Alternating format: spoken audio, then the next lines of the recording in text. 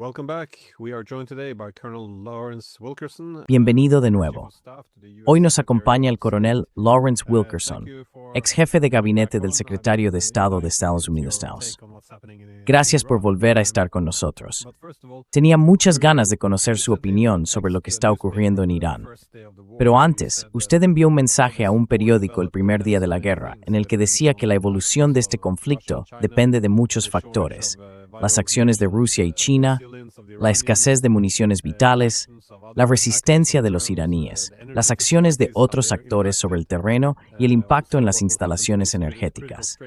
También mencionó lo que podría suceder con estos estrechos estratégicos, Bab el-Mandeb, que puede bloquear el Mar Rojo, y el estrecho de Hormuz, y se preguntaba cómo reaccionará el público estadounidense ante esta guerra. Así que, ahora que estamos en el quinto día, ¿cómo lo evalúa? He de decir, en cuanto a identificar las variables clave, Sneng Timeson lo clavó.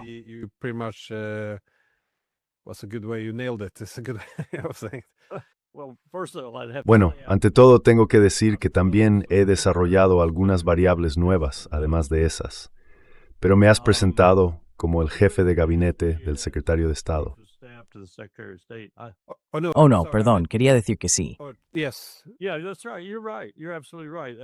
Sí, así es. Tienes toda la razón. Ese fue mi último puesto.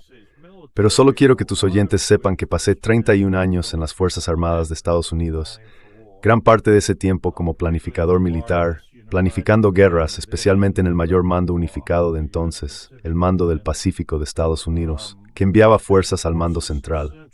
En aquel entonces, el mando central era solo una pequeña mancha en el mapa. Nosotros les proporcionábamos todas sus fuerzas, o más a menudo no se las dábamos, porque no queríamos. Es un negocio diferente hoy en día.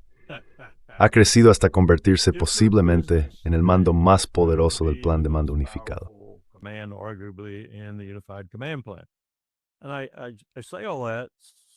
Y digo todo eso para que todos los que escuchan sepan que he estado allí y he pasado por eso en lo que respecta a Irán. Estuve allí cuando empezó la guerra, como una primera guerra mundial en el Levante, entre Irak e Irán, y apoyamos a Irak. Estuve allí cuando tomamos la decisión de respaldar a Irak para derrotar a Irán, porque no nos gustaba Irán después de la revolución.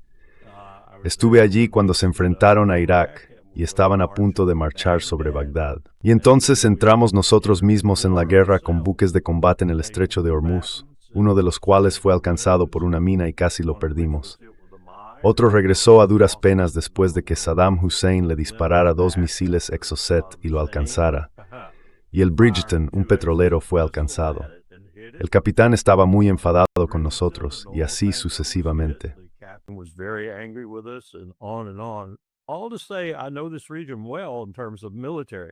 Todo eso para decir que conozco bien esta región, en términos de acción militar, geografía, la dificultad del terreno y, digamos, la naturaleza del pueblo persa, que es resistente hasta el extremo y que libró aquella sangrienta guerra de 8 años contra nuestras armas químicas suministradas a Saddam Hussein y que estaban a punto de marchar hacia Bagdad. El acto culminante, como la mayoría de la gente o bien no recuerda o nunca supo, fue cuando un crucero estadounidense, Aegis, en el mar disparó 1 o 2 misiles contra un Airbus iraní con unas 90 personas a bordo y los matamos a todos.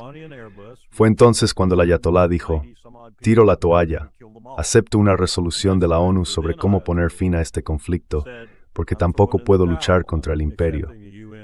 Y desde entonces, dicho sea de paso, han estado intentando averiguar cómo luchar contra el imperio.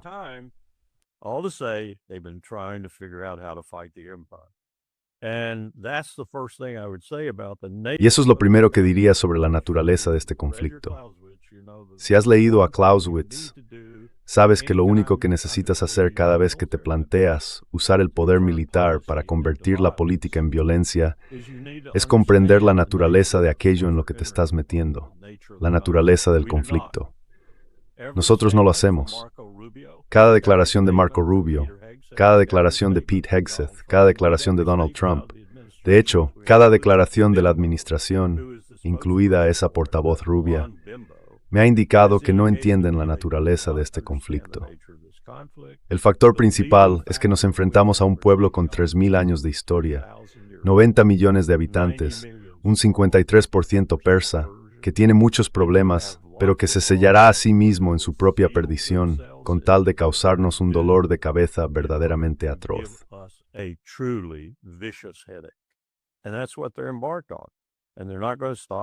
Y eso es en lo que están embarcados, y no van a detenerse.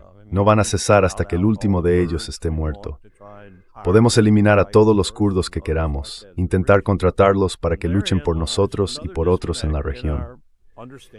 Y ahí radica otra desconexión en nuestra comprensión de este conflicto, su naturaleza. El objetivo de Bibi Netanyahu, por quien estamos librando esta guerra, es el caos. No se trata de poner en Teherán un régimen que dirija un Estado razonablemente títere, o al menos un Estado que se lleve bien con Estados Unidos y nos venda el suelo y todo lo demás. Él quiere caos, un caos total en la región, igual que intentó provocar en Siria, porque es su plan y el de quienes están detrás de él como Naftali Bennett y otros, para arrasar todo el levante desde, prepárate, Erdogan, desde Turquía hasta el este de África. Ese es el objetivo de Netanyahu.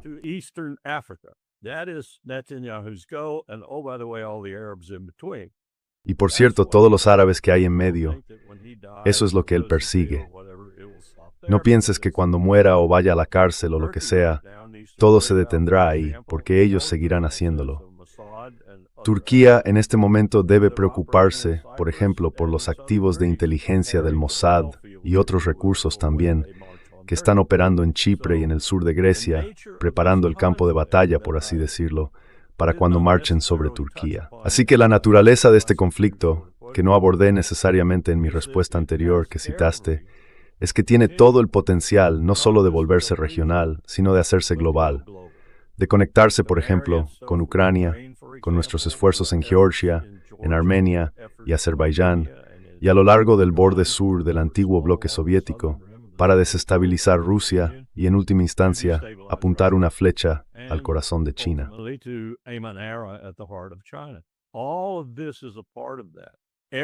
Todo esto forma parte de aquello. Cada palabra de lo que acabo de decir, y más, forma parte del entramado y la esencia de la naturaleza de este conflicto. Y estamos locos si pensamos que va a limitarse a unos pocos días, unas pocas balas y unas pocas bombas, y que luego vamos a marchar triunfalmente cuesta arriba y decir, tenemos un nuevo régimen en Teherán, o lo que sea. En primer lugar, Netanyahu no va a permitirlo. Y en segundo lugar, no vamos a ser capaces de lograrlo. Así que eso es lo que quería decir con esos comentarios generales. Que por encima de todo, no comprendemos la naturaleza del conflicto en el que nos hemos embarcado.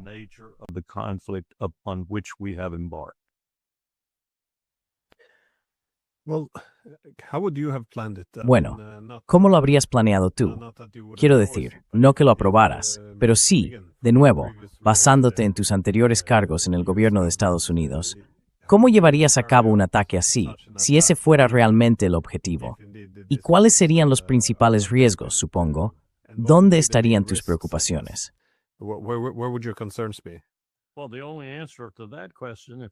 Bueno, la única respuesta a esa pregunta, si yo fuera presidente del Estado Mayor Conjunto, o si le estuviera asesorando como hice con Colin Powell, sería, no inicies este conflicto. No quieres usar el instrumento militar de esta manera, en esta región. Punto. Durante 40 años, la política de Estados Unidos fue no utilizar el instrumento militar desde bases terrestres en la región. Ahora estamos viendo la prueba de por qué era así. Y no puedo creer que Marco Rubio haya sido tan negligente en sus funciones. Pero probablemente tenga que culpar a todos los secretarios de Estado desde Tony Blinken, Rex Tillerson y muchos otros.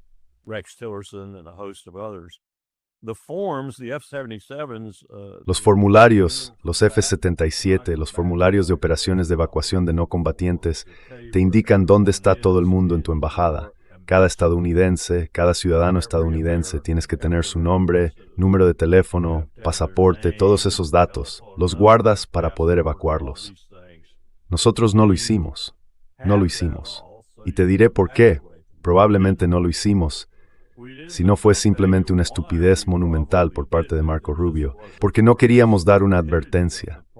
No queríamos que los iraníes vieran que se estaban llevando a cabo operaciones de evacuación de no combatientes y se dieran cuenta de que, vaya, a pesar de la diplomacia, vamos a la guerra porque los estadounidenses están a punto de atacar.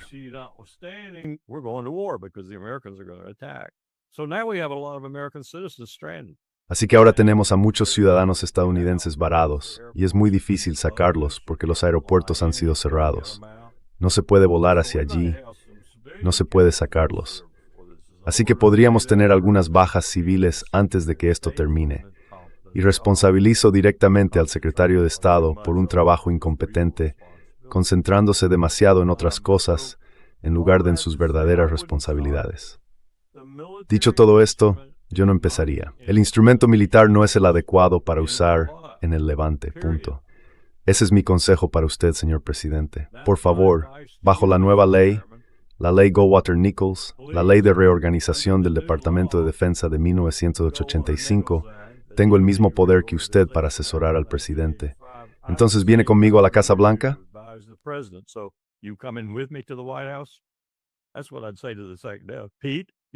Eso es lo que le diría al secretario de Estado.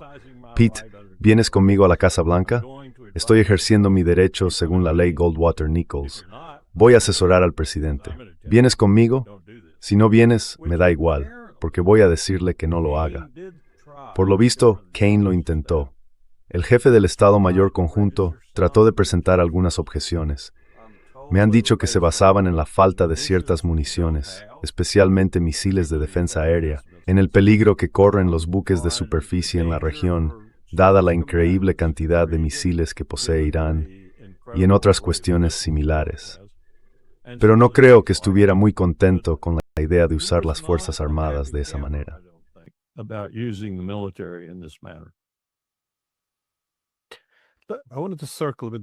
Quería volver un poco a lo que dijiste sobre Turquía, porque es un elemento interesante. Toda esta guerra se está extendiendo muy rápido. Quiero decir, solo estamos en el 5º día, y ya hemos perdido la cuenta de cuántos países se han visto arrastrados a ella y atacados.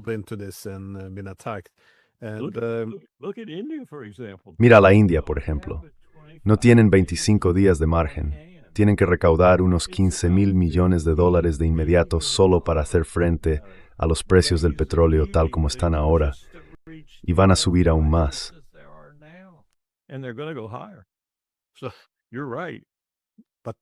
Así que tienes razón. Pero involucrar a Turquía creo que sería un desastre. No creo que pudieran verse implicados, porque dicen que no son parte del conflicto. Niegan que Israel y Estados Unidos tengan permiso para usar su espacio aéreo. No les gusta que Irán ataque a los estados del Golfo, pero tampoco están contentos con que Estados Unidos ataque a Irán. Así que, en cierto modo, solo quieren mantenerse al margen de todo esto. Pero mencionabas esas ambiciones más amplias de Israel en la región. Cuando el embajador estadounidense en Israel, Huckabee, fue entrevistado por Tucker Carlson, este le preguntó si Israel tiene derecho a hacer esto.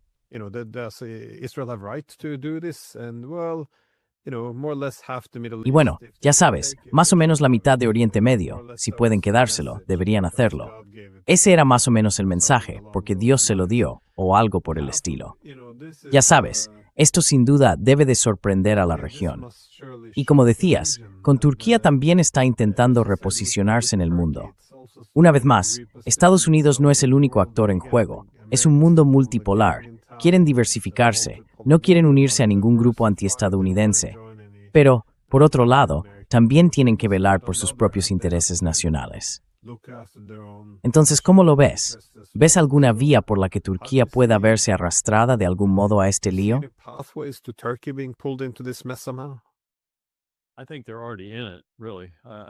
Creo que ya están metidos en ello, de verdad. Sé lo que dices y sé lo que ha indicado su postura pública, pero creo que ya están dentro.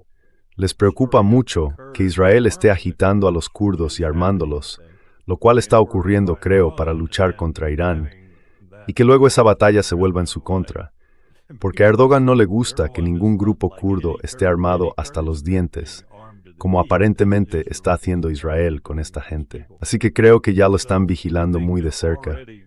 Tienen gente sobre el terreno, gente en la zona, personas que informan a Ankara. Simplemente no sé hacia dónde irán a partir de aquí.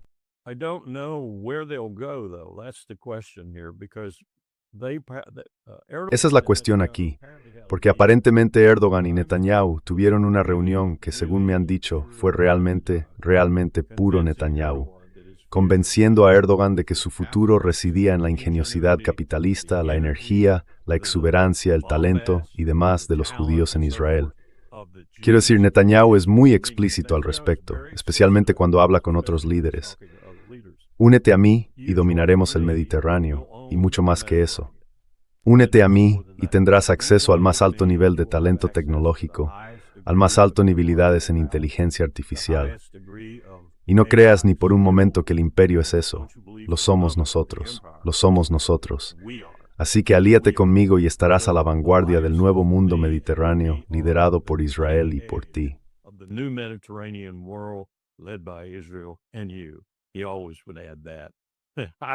Él siempre añadía eso. Te estoy diciendo cómo funciona eso. Y es asombroso que la gente siga cayendo en ello. No Trump, pero se supone que Erdogan es un poco más inteligente que eso. Pero creo que él, y no estoy tan seguro sobre Modi, y Modi es casi tan malo como Netanyahu en su deseo de matar musulmanes. Por eso ha apoyado tanto lo que Netanyahu está haciendo en Gaza, en Cisjordania y en otros lugares.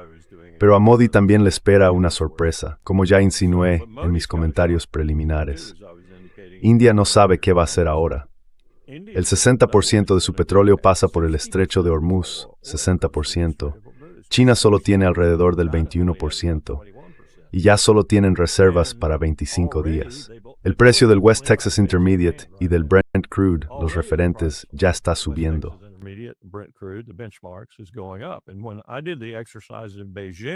Y cuando hice los ejercicios en Pekín, en un mundo mucho más cooperativo, con los chinos, los japoneses, los europeos, todos estaban allí.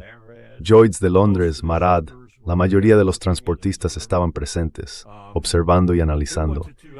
El precio subió a $200 por barril hasta que, en este caso en el estrecho de Malaca y frente a Ras Tanura, en Arabia Saudí, que en aquel momento tenía una capacidad productiva de unos 8,5 millones de barriles diarios. Fue un golpe serio. Eso es lo que realmente hace subir los precios. Y los transportistas no querían transportar, y las aseguradoras no querían asegurar. Así que había un problema real. Y debido al espíritu de cooperación que existía en el mundo en aquel momento, muy visible en esta simulación, los chinos de hecho volvieron a su mofa, el Ministerio de Asuntos Exteriores. Därför hizo para sumar hay una decisión en este ejercicio.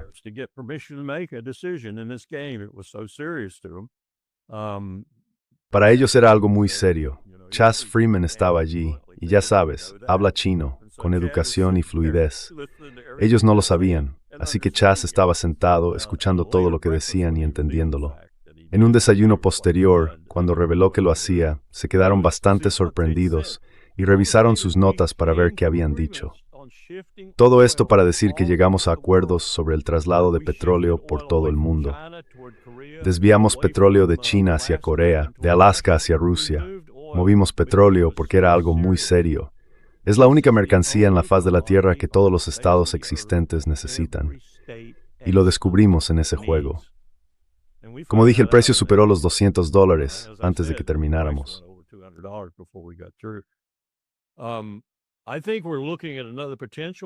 Creo que estamos ante otra posibilidad de eso, sin el espíritu de cooperación en el mundo. Quiero decir, dime, ¿qué tipo de espíritu tenemos ahora mismo en el mundo? Gran parte de ello recae sobre el imperio que estamos creando. Pero no sé qué significará a largo plazo, salvo que creo que mucha gente como Putin va a obtener beneficios extraordinarios, y mucha gente como Modi se va a arrepentir de haber dicho una sola palabra sobre cualquier cosa, porque van a encontrarse en una situación muy, muy difícil. Esta mañana me lo dijo un indio que conoce bastante bien la India, que conoce bastante bien los negocios en la India, y me dijo que esto será una tragedia de primer orden para nosotros si realmente tenemos que pagar lo que se prevé que podríamos tener que pagar.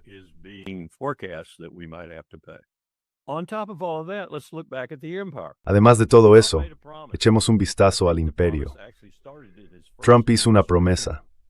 Creo que la promesa en realidad comenzó en su primera administración, pero sin duda volvió a aparecer en su campaña para la segunda y en los primeros días de la segunda.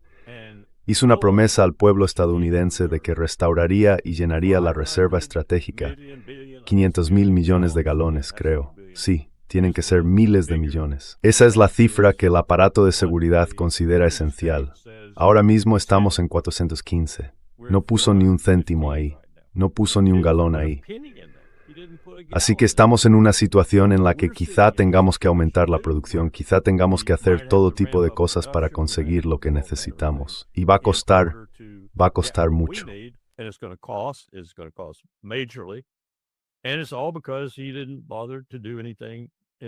Y todo es porque no se molestó en hacer nada para cumplir su promesa de devolver la reserva al lugar donde debería estar. Así que todas estas cosas están configurando la naturaleza de este conflicto, convirtiéndolo, como digo, en un intercambio de armas mucho más serio, por así decirlo, de lo que nadie está considerando ahora mismo, probablemente incluso incluido Teherán. Esto es algo muy serio. Y el hecho es que sé con certeza que las armas nucleares en Israel serán trasladadas, que algunas probablemente ya se han cargado o al menos están en proceso de serlo. Sé que Netanyahu no dudaría en usar un arma nuclear. Esa es otra dimensión del asunto. Tenemos aquí un fenómeno realmente extraño. Dos estados con armas nucleares, uno declarado Estados Unidos y otro criminal Israel, atacando a un estado no nuclear.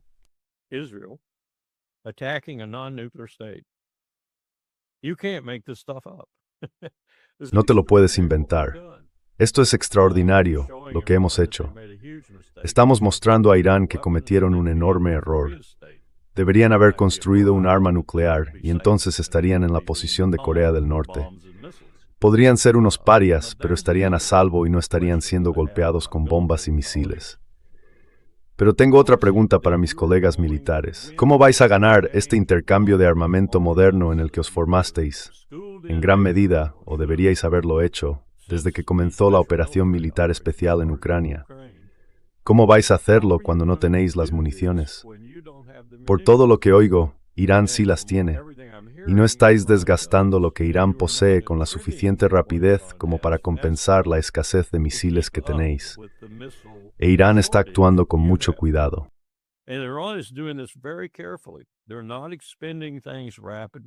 No están expandiendo las cosas rápidamente, están golpeando a Israel como pueden.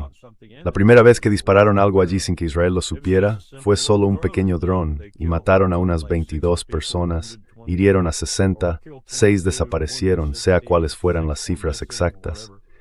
Y todos eran civiles, lo cual no es lo que Irán suele hacer. Pero cuando ahora tienes un bombardeo en marcha, e Israel oculta muchas de sus instalaciones militares debajo o junto a instalaciones civiles a propósito, porque sabe que a Irán no le gusta atacar objetivos civiles. Hay tantos imponderables aquí. Y cuando oigo a gente como Hegseth y otros, o a Trump, presumir de que tenemos más misiles de los que se pueden contar, bueno, yo sé cuántos misiles tiene, señor presidente.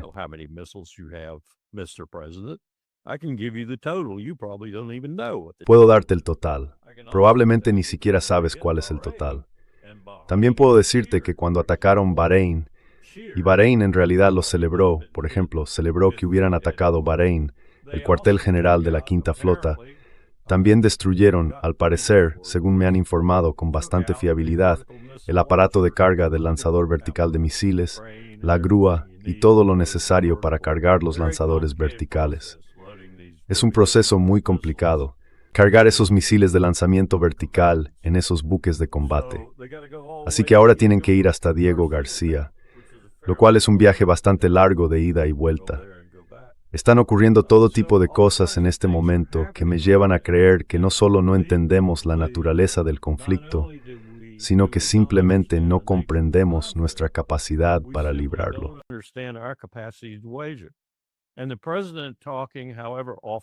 Y que el presidente hable de manera improvisada sobre tropas terrestres y Hegseth hable de tropas terrestres es un completo disparate.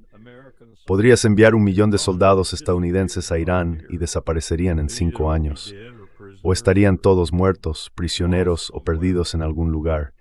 Enviamos 12 millones de hombres a un país de 70 millones de habitantes llamado Alemania, por así decirlo, y a Japón, con otros 70 millones. Y aquello fue un esfuerzo colosal que solo limitamos porque necesitábamos a mucha gente de vuelta en la industria y contábamos, por supuesto, con los soviéticos para asumir la carga principal y causar los daños. Y lo hicieron. Pero fíjate en la comparación. Aquí estamos hablando de un país de 90 millones de habitantes, un país enorme, mucho más grande que Irak, y con un terreno mucho más difícil que el de Irak.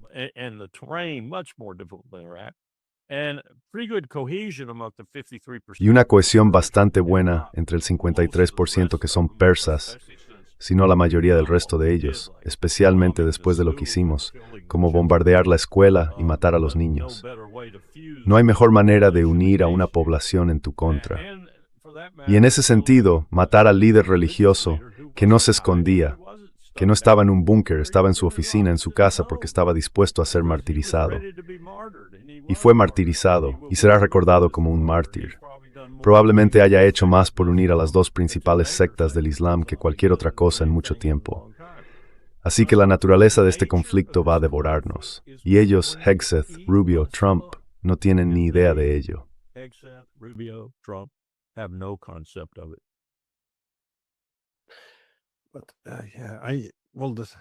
Lo que estás diciendo es que han ocurrido muchas cosas extrañas. Por ejemplo, Estados Unidos pasó todo este tiempo intentando convencer a la India de que no comprara petróleo ruso, y ahora desearían estar comprando más. Pero también está esta idea sobre la escasez de municiones. Trump salió en Truth Social y escribió que tenemos cantidades ilimitadas de esas armas.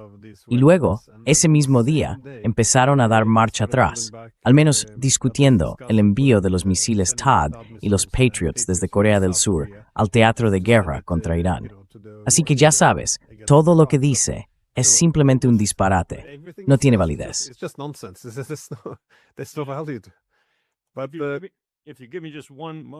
Si me das solo un momento, porque ese es un tema muy delicado. Nada hace que un aliado pierda más la confianza en ti que cuando estás bajo presión. He estado ahí, lo he vivido, y retiras el equipo diseñado expresamente para defenderlo y lo envías a otro conflicto. Eso le dice a ese aliado, no puedo confiar en esta gente. Y ahora mismo, en este caso, Corea del Sur está debatiendo. Cada día debaten en sus salas cerradas, debatiendo si quieren o no seguir en la alianza. Y es obvio por qué. Entienden que la única razón por la que estamos en la península es para luchar contra China, no para proteger a Corea. Y ellos no quieren luchar contra China. Tienen una buena relación con China, una relación económica sólida. No quieren luchar contra China. Y saben que estamos allí para luchar contra China desde su península. ¿Qué significa eso para ellos? Vamos a perder a Corea. Predigo que la perderemos en un plazo de 24 meses. Y esto solo es por ese proceso.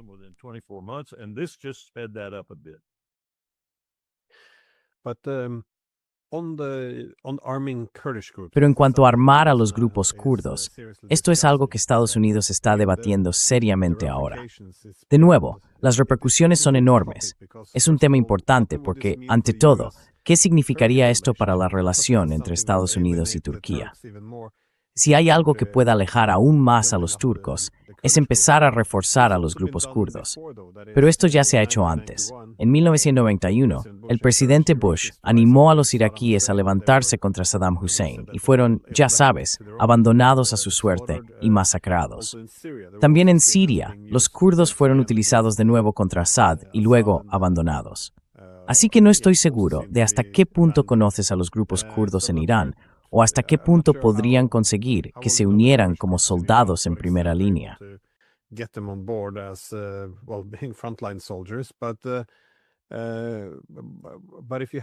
Pero si tienes estos 4 países con muchos kurdos, es decir, Irak, Siria, Irán y Turquía, y Estados Unidos ha armado ahora a los kurdos en 3 de esas 4 regiones, esto no puede ser bueno para la relación con Turquía. Por cierto, se trata de una potencia militar enorme. Y además, ¿qué significará esto para Irán? También es sonado. porque hace unos días aún fingíamos que el propósito de la guerra era ayudar a los manifestantes y detener los misiles balísticos. Ahora se trata de avivar una guerra civil, incendiar un país de 90 millones de personas, con cientos de miles, si no millones, de muertos si logran provocarla. Así que supongo que la forma humanitaria de vender la guerra siempre fue una estupidez. Lo hacemos cada vez, y siempre funciona, así que lo entiendo. Pero seguramente eso ya debe haberse descartado.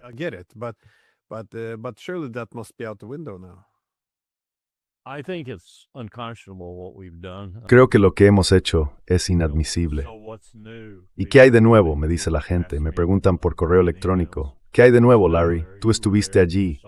Viste lo inadmisibles que somos bajo toda una serie de presidentes, especialmente desde George W. Bush y el 11S. Pero creo que ahora hay un nuevo tono y una nueva intención en todo esto. Y creo que es así porque tenemos, como dije, tan poco conocimiento de la región y tan poca comprensión de su gente. Al mismo tiempo, los estamos matando a un ritmo que probablemente es espantoso cuando sepamos cuántos han muerto.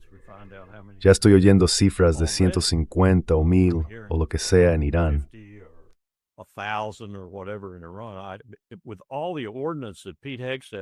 Con todo el armamento que Pete Hegseth dice que se ha lanzado, si eso es todo lo que han matado, entonces son unos pésimos tiradores. Eso es todo lo que tengo que decir, porque hay gente por todo ese país, especialmente donde están atacando. Y ya los hemos visto matar a niños en una escuela. Creo que ahora han alcanzado un hospital. Las enfermeras salían corriendo a la calle. No es una puntería muy buena, colegas. Todo esto para decir que creo que ya no nos importa. De verdad creo que no nos importa. Nos han enseñado, cuidadosamente enseñado, por Netanyahu, a quien no le importa nada todos los civiles, hombres, mujeres, niños, bebés, perros, gatos y todo lo demás que está matando en Gaza y Cisjordania.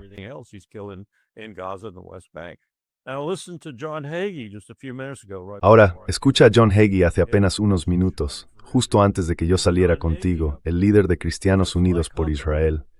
Ahí está John Hagee, igual que Huckabee, diciendo, esta es una guerra santa. Esta es una guerra santa. Y vosotros, chicos y chicas ahí fuera, estamos rezando por vosotros. Estamos rezando por vosotros, pero estáis en el lado correcto. Estáis provocando el Armagedón. Estáis trayendo el regreso de Jesucristo.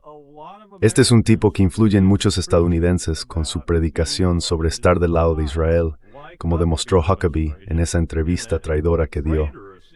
Pero aún así dijo la verdad sobre Netanyahu en particular.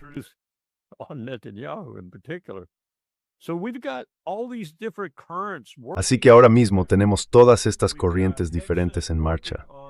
Tenemos a Hegseth trabajando en las Fuerzas Armadas de Estados Unidos a nivel de tropa, con predicadores y el cristianismo, haciendo que juren lealtad a Dios y a Jesús en lugar de a la Constitución. Y también lo tenemos actuando en los rangos superiores, despidiendo a personas como ese director del Estado Mayor Conjunto, un vicealmirante de la Marina al que acaba de dejar ir. Está examinando cuidadosamente al ejército para que cuando llegue otro 6 de enero, las Fuerzas Armadas no se queden al margen. Está formando un ejército que respalde cualquier golpe, cualquier cosa que Trump tenga que hacer, ya sea un golpe de Estado en toda regla, la cancelación de las elecciones de mitad de mandato o algo intermedio. Está construyendo un ejército para eso.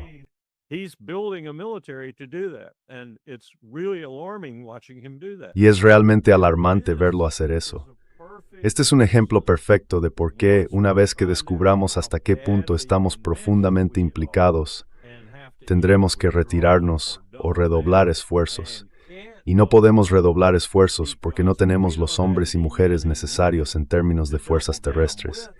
Y Hegseth ya ha hablado de fuerzas terrestres. No podemos hacer eso. Lo máximo que podríamos desplegar en Irán serían 400 o 500,000, y ni siquiera creo que pudiéramos hacerlo, tal como Netanyahu está descubriendo con esta movilización de 90,000 reservistas. Muchos de ellos no se están presentando. Dime a dónde irían los jóvenes de 18 y 19 años en este país si nos movilizáramos por completo y de repente descubrieran que estaban sujetos al reclutamiento.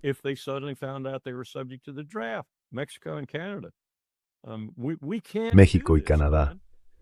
No podemos hacer esto, Glenn. Y sin embargo, estamos adoptando una postura como si pudiéramos, incluso hasta el punto de llegar al extremo y montar una invasión. Irán, alguien me preguntó, bueno, ¿cómo harías eso? Le dije, tienes buques anfibios. No tenemos muchos. El cuerpo de marines lleva quejándose 20 años y cada año ha ido a peor.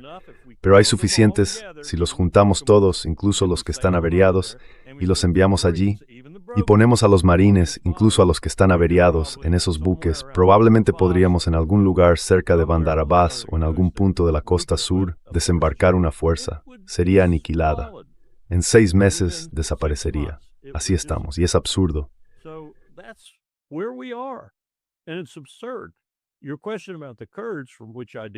Tu pregunta sobre los kurdos, de la que realmente me desvié, la traté más de cerca en el norte de Irak, la operación Proporcionar Consuelo, y luego el absoluto alejamiento de nuestras promesas hacia ellos. Dijeron nunca más, y comenzaron lo que se ha convertido, en términos del Irak actual, probablemente en la parte más próspera del país. Sulaymaniyah, Erbil y otros lugares de esa zona ahora tienen un buen acuerdo con Bagdad sobre el petróleo, y las grandes compañías han vuelto, porque antes no querían entrar y complicarse con el petróleo de Kirkuk y Mosul. Si había una disputa entre Bagdad y los kurdos, las grandes empresas no querían los litigios que podrían derivarse de eso. Así que al parecer están volviendo ahora, porque eso ya se ha resuelto.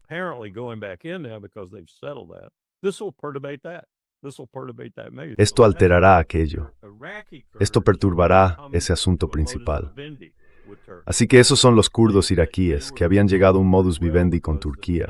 Se llevaban bastante bien porque dijeron que no agitarían a los kurdos del sureste de Turquía, que no enviarían agentes a Turquía, y en general cumplieron con eso, y Turquía prometió no invadirlos. De vez en cuando los invadían y los golpeaban un poco. En Siria es un juego completamente distinto. Creo que lo que mejor describe a Siria es el caos para todos los grupos, excepto Israel. Israel ha estado ocupado asegurándose de que cada pequeño enclave que consolida quede consolidado de una forma defendible. Así que van tomando pequeños trozos de Siria a medida que avanzan. Y no les importa en absoluto Damasco.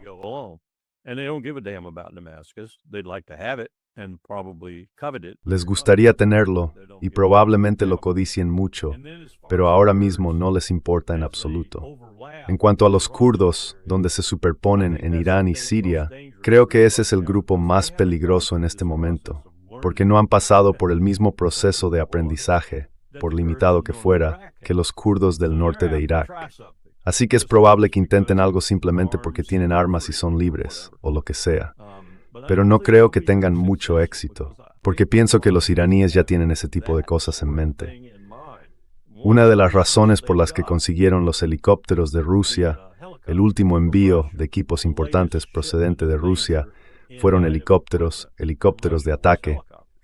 Creo que fue porque son el mejor arma para usar contra esos infiltrados fronterizos, por así decirlo.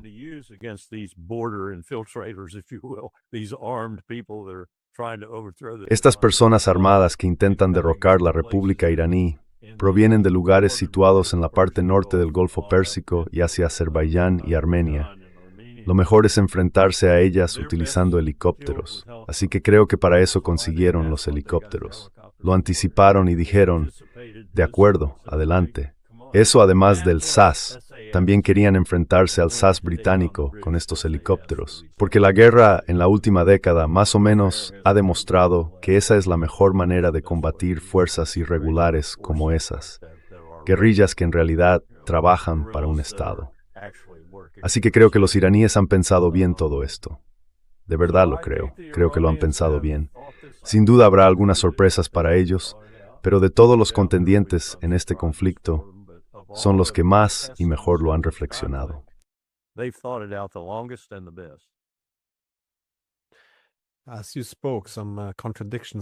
Mientras hablabas, me vinieron a la mente algunas contradicciones. Es decir, se considera que el gobierno iraní es inaceptable porque es una teocracia, porque el liderazgo religioso ostenta el poder político.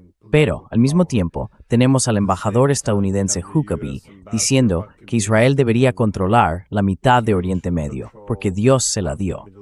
Y además, tenemos que prepararnos para, estás librando una guerra santa, ya sabes, y jurando lealtad a Jesús, todo eso. Pero es un poco lo mismo con las armas nucleares, como también sugeriste. Es decir, tenemos que luchar contra los iraníes para que no puedan desarrollar armas nucleares.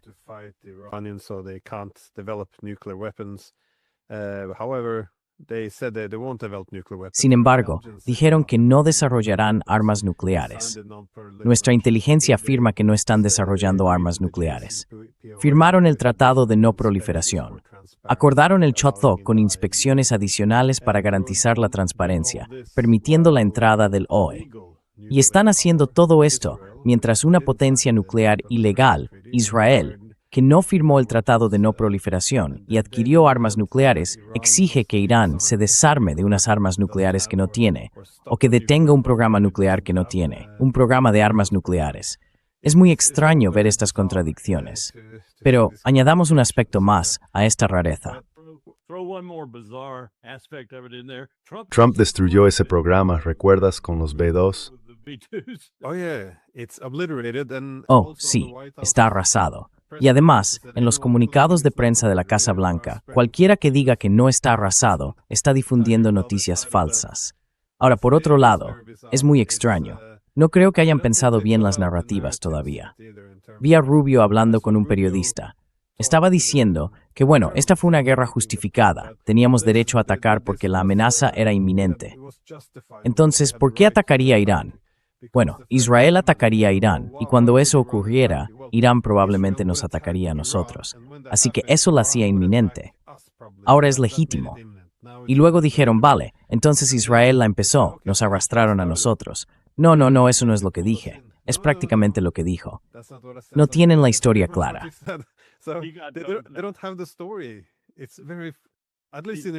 Al menos en Irak, por horrible que fuera, insistían con lo de las armas de destrucción masiva.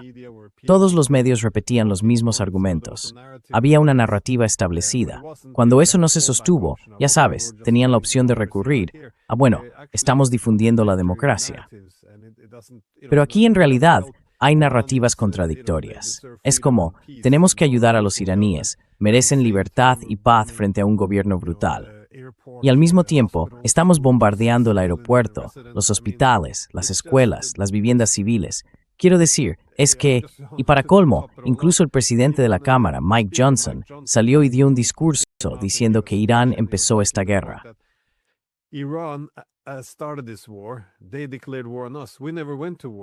Declararon la guerra contra nosotros. Nosotros nunca fuimos a la guerra. Hicimos una operación. Él no la llamó operación militar especial, sino una operación. Y ahora, supuestamente, los iraníes fueron quienes iniciaron la guerra.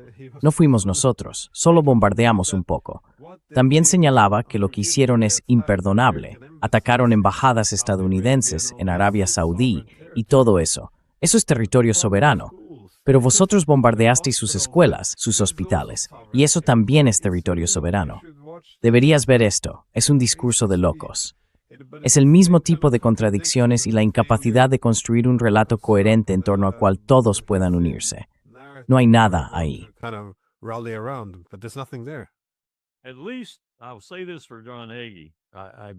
Al menos diré esto de John Hagee. Me resulta realmente desagradable escucharlo, pero dice lo que cree. Estamos ahí fuera, vosotros estáis ahí fuera, sois cruzados por Jesucristo. Vamos a ganar. Y por supuesto, lo que él entiende por ganar es el rapto. Jesús descendiendo para matar a todos los no creyentes y establecer un reino de 1000 años. Todas esas personas serán elevadas al cielo en ese reino. Pero al menos es coherente y no lo disimula. Esos otros mienten todo el tiempo, y las mentiras se van acumulando una sobre otra. Rubio, si viste eso, supongo que viste el mismo que yo. En realidad elige las preguntas porque sabe qué periodista es inteligente o sabe a cuál debe evitar.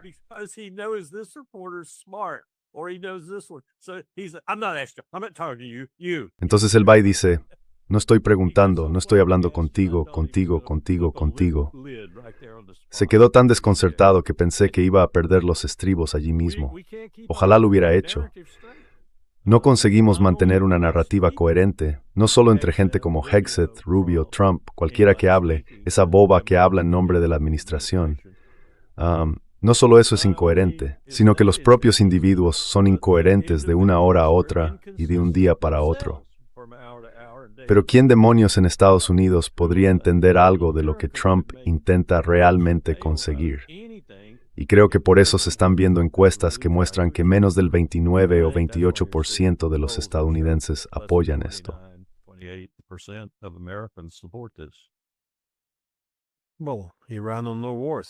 Bueno, se presentó con la promesa de no iniciar guerras. Ahora está haciendo exactamente lo contrario. Pero antes estabais comentando cómo en esencia el mundo no volverá a ser el mismo después de esto, quizás. Es decir, ¿cómo crees que afectará esto a la relación entre los estados del Golfo y Estados Unidos, o entre Israel y Estados Unidos en ese caso? Son preguntas importantes.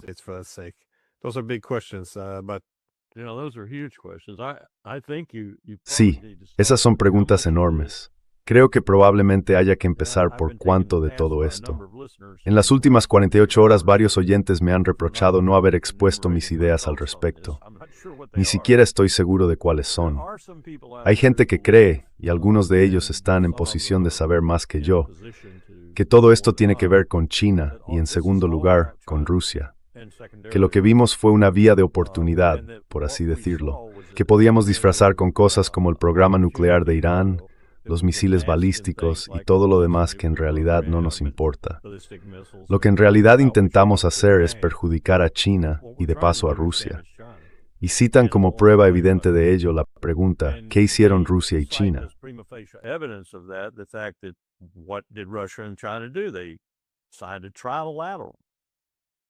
Firmaron un acuerdo trilateral, no bilateral, cada uno con Irán, sin un pacto de defensa trilateral con Irán. Eso demostró a todos que estaban preparados para lo que pudiera venir. Bien, estamos utilizando esto para ir contra China y, como dije, de forma secundaria contra Rusia. Seguimos agitando la situación en Georgia. Seguimos agitando en otros estados a lo largo del borde sur del antiguo imperio soviético, la Rusia actual. Seguimos intentando causar daño a Rusia de esa manera. Tiflis es el caso más evidente ahora mismo, donde el gobierno se mantiene a duras penas. Y ese es un argumento válido. Si el gran juego ha vuelto a ponerse en marcha, y lo ha hecho de una forma que muestra a algunos jugadores astutos, yo simplemente no veo a esos jugadores astutos. Veo caos. No veo el gran juego orquestado por un zar en Moscú, un potentado en Londres y alguien más en el Imperio Otomano, o lo que sea.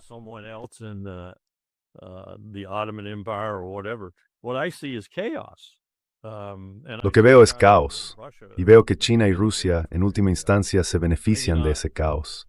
Tal vez no de forma evidente, directa o en este escenario concreto, pero creo que al final se benefician porque están ganando. Estoy seguro de que Xi Jinping no quiere tener nada que ver con una guerra abierta, pero también estoy seguro de que no rechazaría la oportunidad de infligir un daño mortal al imperio si eso no le resultara perjudicial. Una de las razones por las que no se ha movido más rápido hacia una soberanía económica, por así decirlo, sobre el mundo, es porque entiende lo importantes que son las economías occidentales, en particular la de Estados Unidos, para la economía global, y no quiere hacerlo de manera precipitada o peligrosa.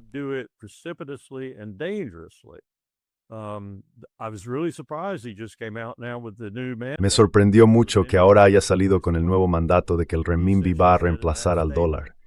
Básicamente dijo en esa declaración, se la pasé a Chas Freeman, así que sé que la traducción del mandarín era correcta.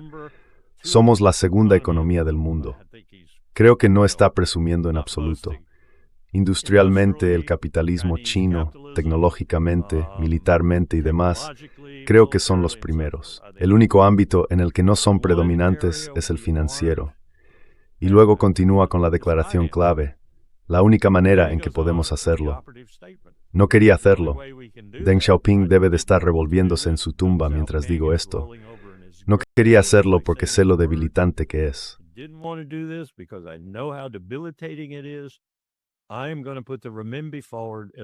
Va a proponer el renminbi como la nueva moneda de reserva transaccional del mundo, un reemplazo del dólar.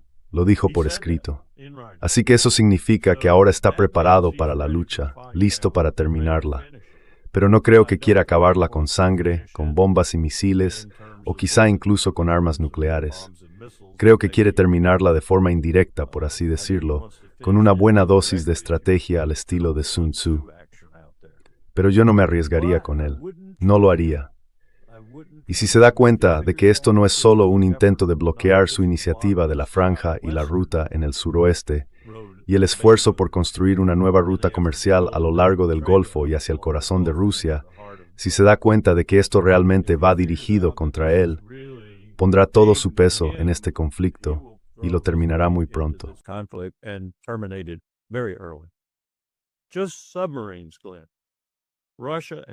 Solo submarinos, Glenn. Rusia y China juntas podrían encargarse de todos los combatientes en el mar Arábigo, solo con submarinos. Es el agua de mar más propicia del planeta para operaciones submarinas, zonas de convección, niveles de salinidad, zonas de convergencia. En realidad, puedes estar en un submarino de ataque de última generación junto a un submarino enemigo de ataque de última generación a 100 metros de distancia y no saber dónde estás, ni saber que tu enemigo está ahí o que él sepa que tú estás ahí. El sonar pasivo y el activo no funcionan como deberían en ese tipo de agua. Así que podrías tener quizá un centenar de submarinos operando allí, con los diésel eléctricos chinos, que son muy lentos y silenciosos. Diesel electrics that are very slow and quiet. You got torpedoes that can be fired that don't show what. Tienes torpedos que pueden ser disparados sin dejar estela, que hunden barcos sin revelar que los golpeó. Estás hablando de una auténtica guerra naval aquí, una que perderíamos. No tengo ninguna duda. Sí, nosotros también tenemos submarinos muy sofisticados, pero ese viejo adagio de que la mejor arma contra un submarino es otro submarino es una tontería.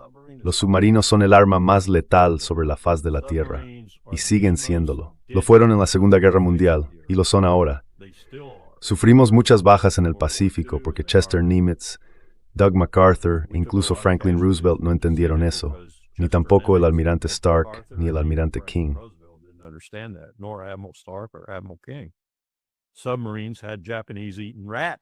En agosto de 1945, los submarinos tenían ratas que se comían a los japoneses. Acabábamos de devastarlos con nuestros submarinos. La gente dice, bueno, no podías llevar un diésel tan lejos. ¿Estás bromeando? El Tang y el Wahoo, los dos mayores cazadores del Pacífico, realizaron patrullas de 10.000 millas. Llegaron hasta el estrecho de Formosa, atacaron la navegación japonesa y luego regresaron a Pearl. Sí, tenían largas piernas y daban esas largas piernas también. Así que ya sabes, esto está listo para ser aprovechado por los Kaimyin. Y la marina de Putin no está atada.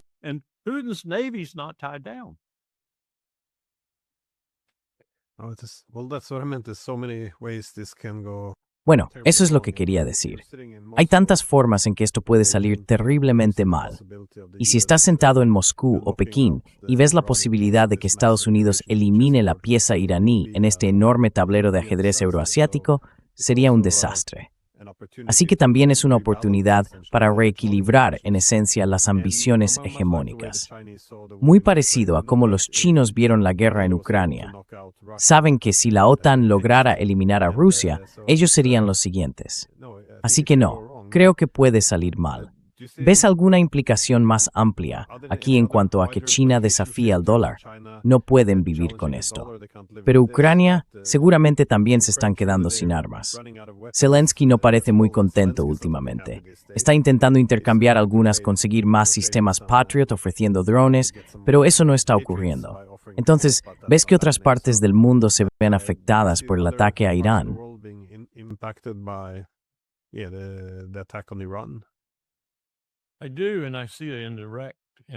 Sí, y veo un impacto indirecto de Ucrania, y es este.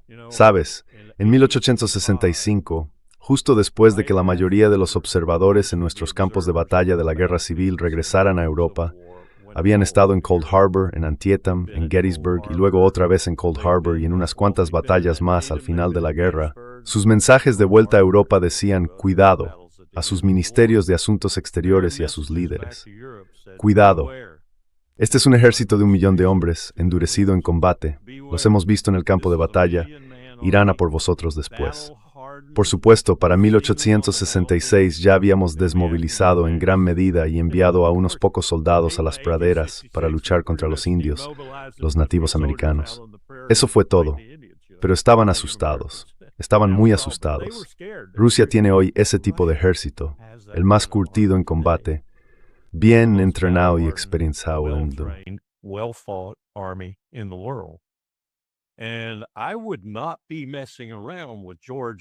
Y yo no me metería con Georgia, Armenia, Azerbaiyán, lo que sea por ahí abajo. Simplemente no lo haría ahora mismo porque, insisto, son extremadamente competentes. Y hemos tenido observadores en ese campo de batalla, así que sé que tenemos gente, marines, soldados y otros, que informan de que este no es el mismo ejército que inició la operación militar especial. Ha aprendido a lo largo de la experiencia con las nuevas técnicas de guerra con drones y demás. Ha aprendido, así que probablemente sea el ejército más letal del planeta en este momento. Bien, te retiras de la línea ahora mismo y te diriges hacia Odessa. Terminas de consolidar Jersón. Presentas eso como un hecho consumado. Controlas el Mar Negro y el Mar de Azov, y ahora dices que quieres meterte con Georgia. Quiero decir, este es el juego. Está en marcha, y algunos de los que juegan son novatos, si acaso.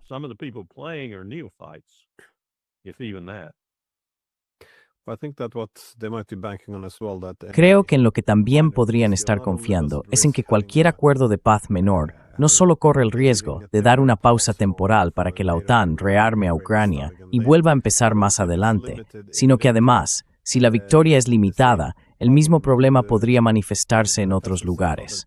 Es decir, si la OTAN sigue expandiéndose hacia el este, ¿qué ocurre con todas esas sociedades divididas? Moldavia, Georgia. Tumalas with in Weaver to conflicto. Ese vez que Rampithgorian Ogral envió dissiguen more a Moldavia y Georgia. No sigáis por ese camino. Además,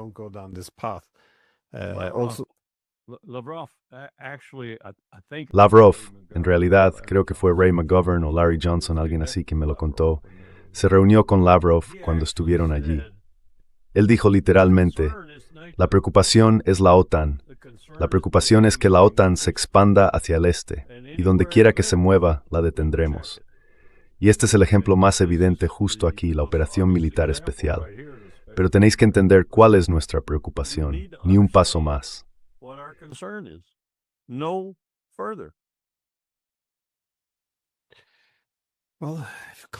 Bueno, si el sentido común volviera, quizá podríamos encontrar soluciones a estas cosas. Gracias por tomarte el tiempo y compartir algunas de tus ideas. He estado viendo tus programas, por cierto, y quiero felicitarte por tener varios que fueron realmente informativos. Gracias, lo agradezco. Claro.